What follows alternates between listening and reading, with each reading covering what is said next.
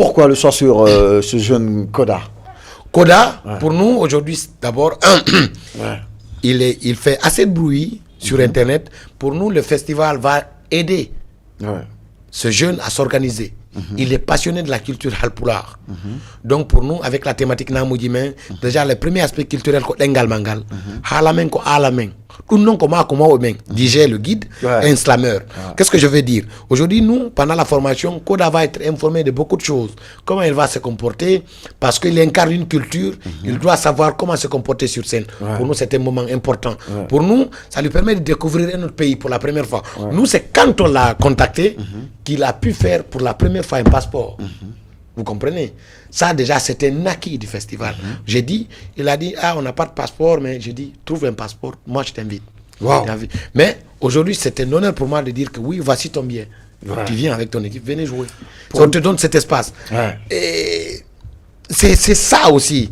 Et quand tu vois sur une scène, les gens se posent la question, pourquoi Striker? Striker, aujourd'hui d'abord, il s'appelle l'Almami. Nous connaissons la valeur d'un Almami au Fouta.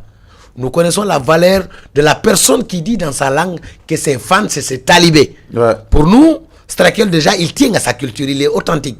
Pour nous, c'est quelqu'un qui doit venir montrer aux gens ce qu'il a, parce qu'il aussi, il défend quelque chose de bien dans sa musique.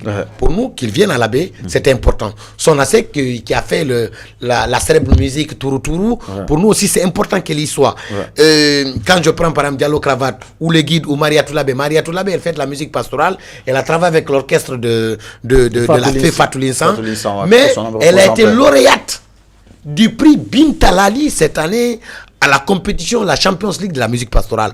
Donc quelqu'un qui a été lauréate de la célébrissime musique interprétation de Bintalali Boulunjuri, pour nous, c'est une chance et un honneur pour nous de la donner la chance d'apparaître devant 14 médias. Vous avez vu? Donc pour nous, c'était normal. Si je prends Naftari, qui fait du slam, elle a représenté la Guinée au championnat du monde du slam. Vous avez vu?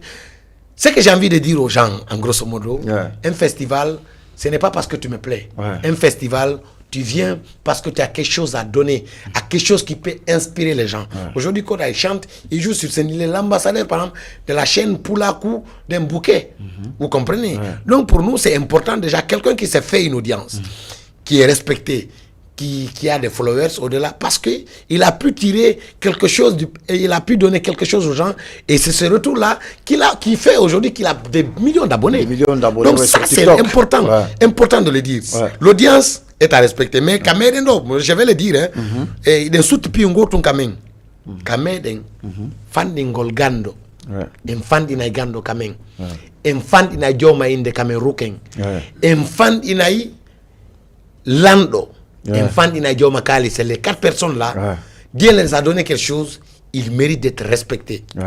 La personne que Dieu a donné le savoir, la personne que Dieu a donné l'audience, la personne que Dieu a donné l'argent, la personne que Dieu a donné la chefferie, ces 4 personnes méritent d'être respectées.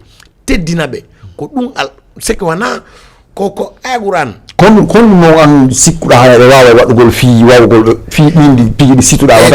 pour qu'on le réussisse, il faut continuer Wadjagol. Tu as vu ces émissions pareilles que vous faites?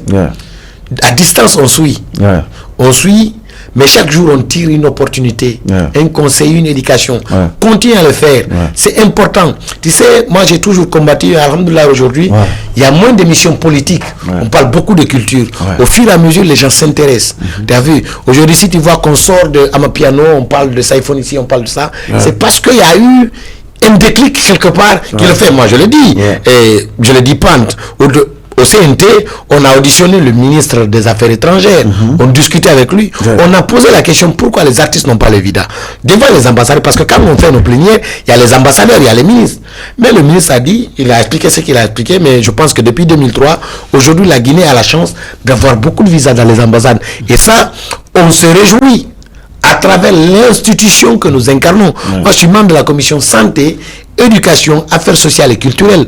En tant que représentant de la culture et membre du CNT, mon rôle, c'est de défendre les artistes et les acteurs culturels pour le bien. Parce que ça fait mal qu'un acteur culturel produit un spectacle en Europe et qu'il ne peut pas communiquer parce que l'artiste n'a pas de visa.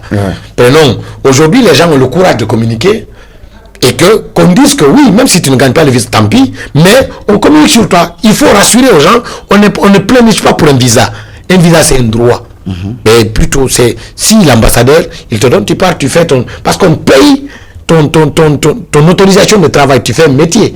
Tu pars, tu fais ton boulot, tu rentres. C'est de ça aussi être artiste. Pour moi, le festival, là, c'est une aubaine pour la Guinée et les Guinéens de venir s'abreuver à la culture, aux hommes de culture et les écouter. Même moi, pendant ce festival, j'apprends. Moi, je suis un apprenant.